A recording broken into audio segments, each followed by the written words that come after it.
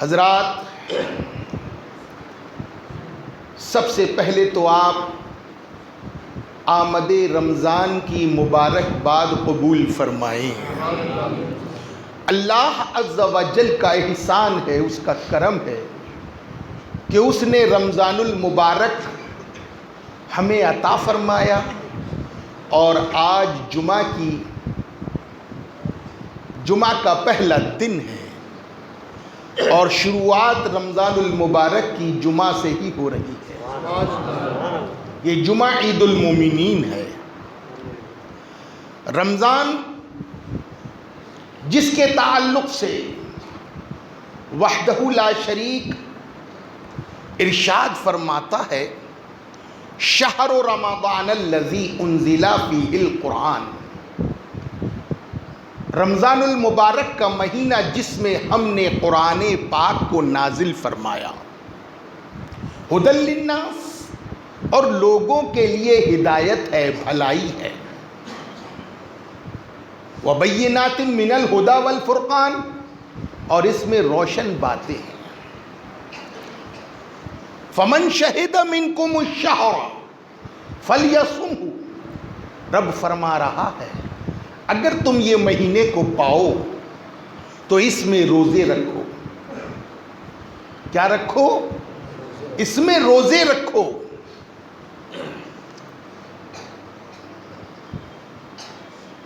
من کان مریضا او علی سفر، اگر کوئی مریض ہے، کوئی بیمار ہے، اور اگر کوئی سفر میں ہے،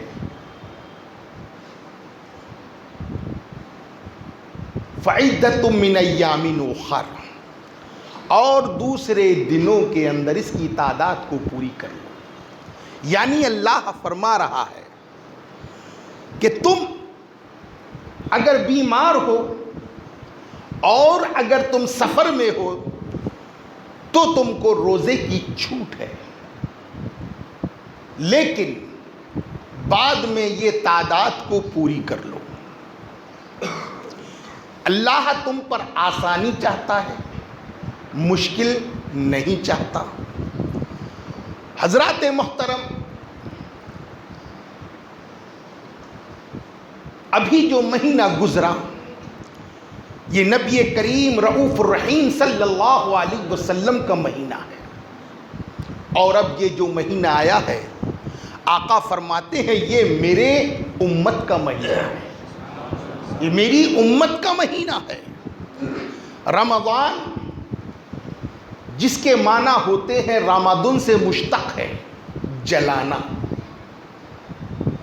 کسی چیز کو کوئی چیز جلا کر ختم کر دیتی ہے، آگ لکڑی کو جلا کر ختم کر دیتی ہے، اسی طرح یہ مہینہ میری امت کے لوگوں کے گناہوں کو جلا کر ختم کر دیتا ہے یہ مہینہ۔ اور اس مہینے کی سب سے بڑی خوبی یہ ہے کہ جب یہ مہینے کی ساعت آتی ہے تو اللہ عز و جل شیطان مردود کو قید کر دیا کرتا ہے، اسے پابند سلاسل کر دیتا ہے۔ یہی وجہ ہے کہ رمضان المبارک میں نیکیوں کی تعداد بڑھ جاتی ہے اور گناہ کم ہو جاتے ہیں۔ پھر سوال یہ اٹھتا ہے کہ جب شیطان بند ہو گیا، شیطان قید ہو گیا، تو پھر گناہ کیسے؟ گناہ کس طرح کرے؟ گناہ تو شیطان کراتا ہے، لیکن نہیں، شیطان سے بھی طاقتور ہمارا نفس ہے۔ یہ ہمارا نفس جو ہمیں گناہ کرانے پر مصر ہوتا ہے۔ اس لیے اللہ خود فرما رہا ہے کہ میری رضا چاہتے ہو تو اپنے نفس کی، اپنے خواہشات کی مخالفت کرو۔ اللہ کی رضا مخالفت نفس میں ہے، خواہشات نفس میں ہے۔ تو حضرات محترم، یہ رمضان المبارک جس کے تعلق سے حدیث پاک میں آتا ہے کہ جب رمضان المبارک کا چاند نظر آتا ہے تو شیاطین کو قید کر دیا جاتا ہے، جنتوں کو، جنت کے دروازوں کو کھول دیا جاتا ہے، جہنم کو بجھا دیا جاتا ہے، اور حضرات محترم ہر طرف رحمت و نور کی بارش ہوتی ہے۔ اللہ تعالی رمضان المبارک کی ہر ساعت میں جہنمیوں کو جنتی بناتا ہے، جہنم سے نکال کر انہیں جنتی بناتا ہے۔ اور اللہ عز و جل کا سب سے بڑی عطا یہ ہے کہ سب سے بڑی مہربانی اور سب سے بڑا فضل اس کا یہ ہے کہ رمضان المبارک کے تعلق سے، روزے کے تعلق سے اللہ عز و جل نے ہر عبادت کے ثواب کو متعین کر دیا ہے۔ نماز پڑھے تو یہ ثواب، زکوٰۃ دے تو یہ ثواب، حج کرے تو یہ ثواب، روز اور دیگر قرآن کی تلاوت کرے تو یہ ثواب۔ لیکن روزے کے ثواب کو اس نے اپنے پاس رکھا ہے۔ روزے کے تعلق سے وحدہ لا شریک ارشاد فرماتا ہے، ایک حدیث پاک ہے، الصوم لی وانا اجزا بہ، روزہ دار کو روزے کی جزا جو ہے وہ میں دوں گا۔ اب وہ کتنی دے گا یہ اس کی شان کے لائق ہے، وہ جتنی چاہے دے، لیکن اس نے متعین نہیں کیا۔ اور دوسری حدیث پاک میں آتا ہے، الصوم لی وانا اجزی بہ،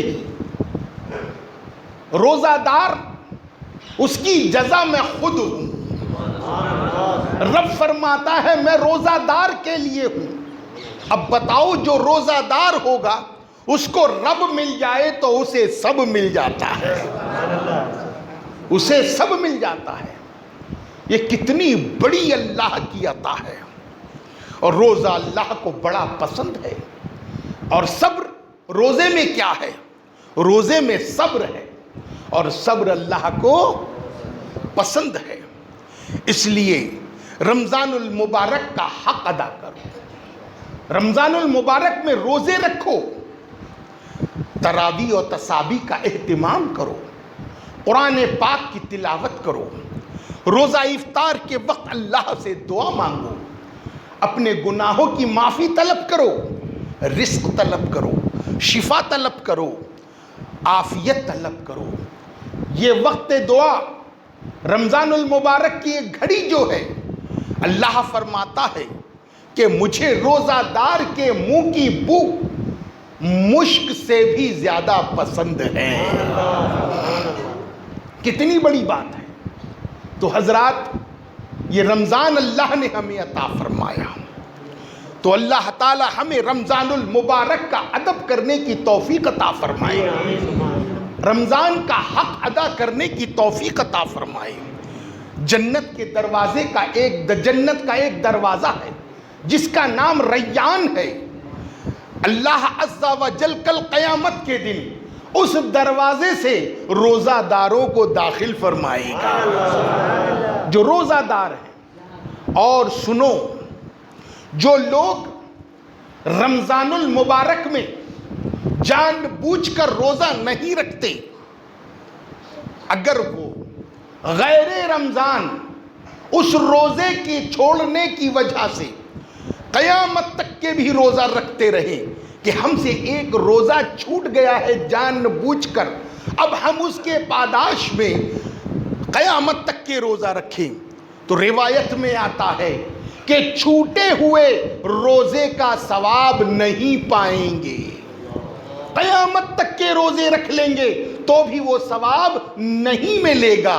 لہذا رمضان المبارک میں روزوں کو ترک نہ کرو، چھوٹی موٹی بیماری کی وجہ سے بہانے نہ بناؤ۔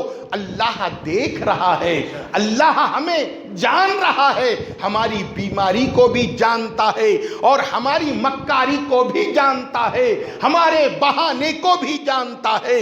ہم سے چھپا سکتے ہو، رب سے نہیں چھپا سکتے۔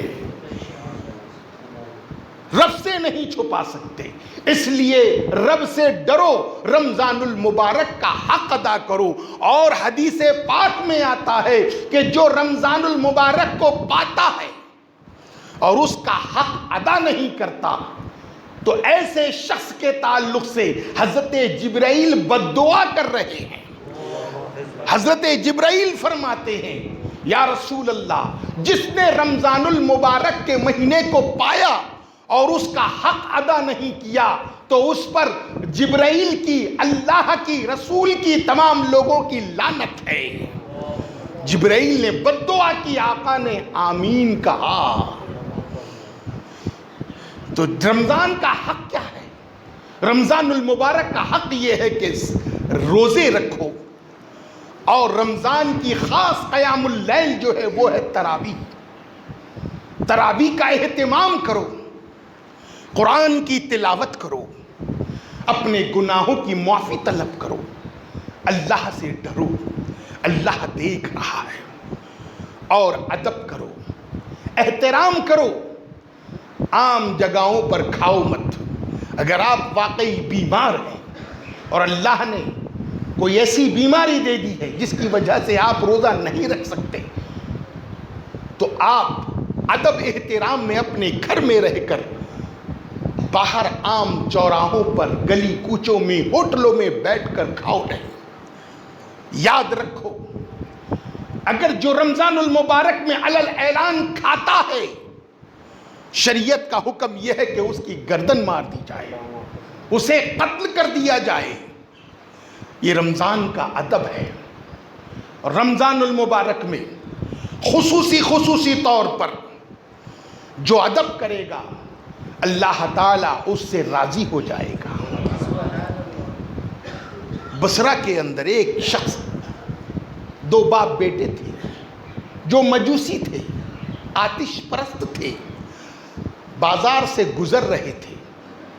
بیٹا راستے سے چلتے چلتے کچھ کھانے لگا، باپ نے دیکھا تو اس کے منہ پر ایک تماچا مارا، کہا تجھے شرم نہیں آتی؟ یہ مسلمانوں کا مہینہ رمضان المبارک ہے اور لوگ مسلمان اس مہینے میں دن میں کچھ کھاتے نہیں ہیں، اور تو ان کے بازار سے گزر رہا ہے اور کھاتے ہوئے گزر رہا ہے۔ اس کو ایک تماچا مارا۔ اللہ اکبر۔ بیٹا کہتا ہے ارے ابا، ہم تھوڑی مسلمان ہیں، ہم تو اس دوسری قوم ہے۔ لیکن کہا نہیں، ارے وہ لوگ اپنے اس مہینے کا ادب کرتے ہیں، کم سے کم تو بھی تو ادب کر۔ اللہ اکبر۔ حضرات محترم، جب وہ مجوسی کا انتقال ہوا تو کسی اللہ والے نے اسے خواب میں دیکھا، وہ جنت کے باغوں میں ٹہل رہا ہے۔ اس اللہ والے نے پوچھا، اے اللہ کے بندے، تو تو کافر تھا، تو آتش پرست تھا، تو مشرک تھا، مگر یہ بتا تو جنت میں کیسے آ گیا؟ کہا بے شک تم نے جو کہا وہ صحیح ہے، لیکن جب میں مرنے لگا تو اللہ عز و جل کی رحمت نے مجھے تھام لیا، اور مرنے سے پہلے رمضان المبارک کے ادب کی وجہ سے مجھے ایمان اور کلمہ نصیب فرما لیا۔ کلمہ نصیب فرما لیا۔ تو حضرات اس بات کو ذہن میں رکھو، اور کچھ احتیاطیں جس کی وجہ سے ہمارا روزہ چلا جاتا ہے، جس کا احتیاط نہیں ہوتی ہم سے۔ رمضان المبارک میں اب چونکہ مسجدوں کا انصرام اور انتظام جہلا کے ہاتھ میں ہے، علماء کے ہاتھ میں نہیں ہے، اب جاہل لوگوں کے ہاتھ میں، جو میں دیکھ رہا ہوں، بڑے افسوس کے ساتھ کہنا پڑ رہا ہے، آج 5:07 پر سحری کے اختتام کا وقت ہے۔ کتنا ہے؟ 5:07۔ لیکن چونکہ جاہل ہے، جنگلی ہے، ماننے کو تیار نہیں، 50 مرتبہ بولا جا رہا ہے کہ بھائی وقت سے پہلے ختم کرو، لیکن جاہل ہے۔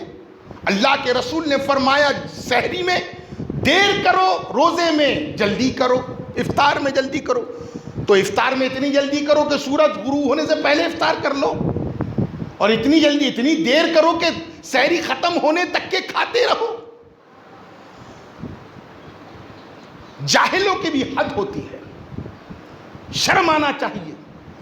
5:07 پر اختتام سحر ہے, میں نے اعلان کیا کہ 5:07 ہو چکے ہیں, سحری کا وقت ختم ہو چکا. اتنے اعلان ہوتے ہی ختم ہو گیا وقت. 5:07 ختم ہو گیا, ہوا کہ نہیں؟ اب جب یہ ختم ہو گیا تو آپ جہاں بیٹھے ہو وہیں بیٹھے رہو. آپ پانی نہیں پی سکتے, آپ کچھ کھا نہیں سکتے, کچھ پی نہیں سکتے. ختم ہو گیا. لوگ اعلان سننے کے لیے تیار رہتے کہ بھی ختم ہو, لیکن جب اعلان ختم ہوا لوگ بھاگ کر پی رہے ہیں, دوڑ کر پی رہے ہیں. اگر وہ احتیاط نہ کیا اور آخری وقت میں کہا اور سحری کا وقت ختم ہو چکا اور آپ اس کے بعد ایک گھونٹ بھی پانی آپ کے پیٹ میں چلا گیا تو آپ کا روزہ نہیں ہوگا. مگر جاہل ہے, سمجھ میں نہیں آتا. 5:07 ہے تو کم سے کم اختتام سحر 5:02 پر کریں. 5 منٹ احتیاط کے رکھیں کہ جب اعلان کرے تو آدمی دوڑ کر مٹکے تک پہنچ کر پانی پی لے, کلی کر لے. کچھ کھا رہا ہے تو کلی کر کر پانی پی لے. اتنا وقت تو ہونا چاہیے, لیکن نہیں. 5:07 ہی کو ختم کریں گے, بھلے لوگوں کے روزے ختم ہو جائیں تو جائیں, اس سے کوئی احتیاط. شرم کرو, احتیاط کرو. آپ لوگ سوچو, اور آج تو انٹرنیٹ کا زمانہ ہے. 5:07 ہے, آپ 5:02 پر اپنی سحری کو ختم کر کے اپنے روزے کا احتیاط کرو. آپ روزہ رکھ رہے ہو, آپ کا روزہ نہ ہوا تو کل کیا قیامت کے دن کیا حال ہوگا.